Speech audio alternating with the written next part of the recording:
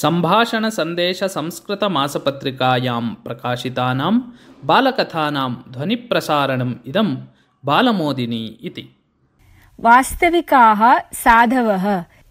केभ्यश्चित् वर्षेभ्यः पूर्वं दशमितः विरागिसाधूनां कश्चन गणः चित्रकूटतः मथुरां प्रति प्रस्थितः। सर्वेपि तत्रत्याः ऊर्ध्वपुण्ड्रधारिणः जटाभिः शोभमानाः च आसन्। ते रेलस्थानके रेल्यानम् आरूढवन्तः। यानस्थैः यात्रिभिः तेषां विषये महान् आदरः दर्शितः।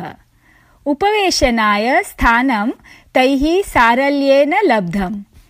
एवं सन्तोषकारकं वातावरणं निर्मितम् आसीत् तत्र। स्वल्पे एव काले चिटिकानिरीक्षकदलेन तत्र उपस्थितम्। आरक्षकाः अपि तैः सह आसन्। क्रमशः ते सर्वेषाम् अपि चिटिकां परीक्षितवन्तः। सुखेन उपविष्टवतां साधूनां समीपमागत्य तैः विनयेन उक्तम्, आर्याः स्वीया यात्राचिटिका दर्शयताम् इति। तदा ते साधवः अवदन्, अस्माकं पार्श्वे चिटिका भवितुं न अर्हति। वयं तु साधवः। चिटिकां विना प्रयाणम् अस्माकम् अनुमतं स्यात् एव इति। चिटिकानिरीक्षकदलेन आरक्षिणः निर्दिष्टाः यत् सर्वेपि एते साधवः कारागारं प्रति नेयाः इति। सर्वेपि ते साधवः महान्तं हाहाकारं पौनःपुन्येन विहितवन्तः। तदा आरक्षकनिरीक्षकेण उक्तम्, एतेषु केचन असाधवः अपि स्युः।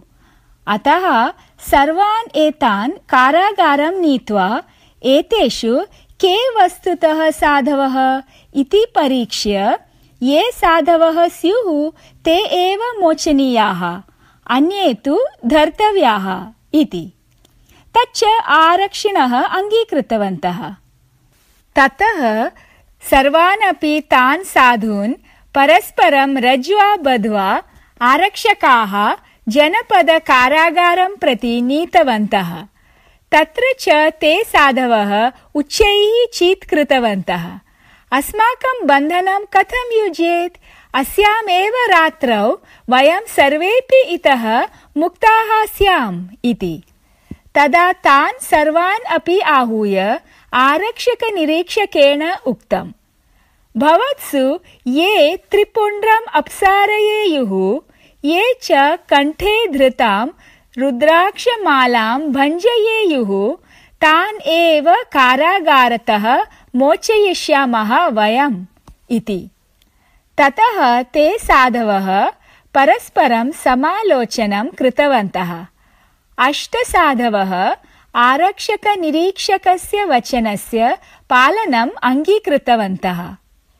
परम् उभौ साधु तथा कर्तुं न सहमतौ जातौ। तत् ज्ञात्वा आरक्षकनिरीक्षकेण उक्तम्, एतेषु वस्तुतः 2 एव साधुस्तः, तौ एव मोचनम् अर्हतः। इतरे तु कारागारे एव स्थापनीयाः, यथा योग्यं दण्डनीयाः च इति।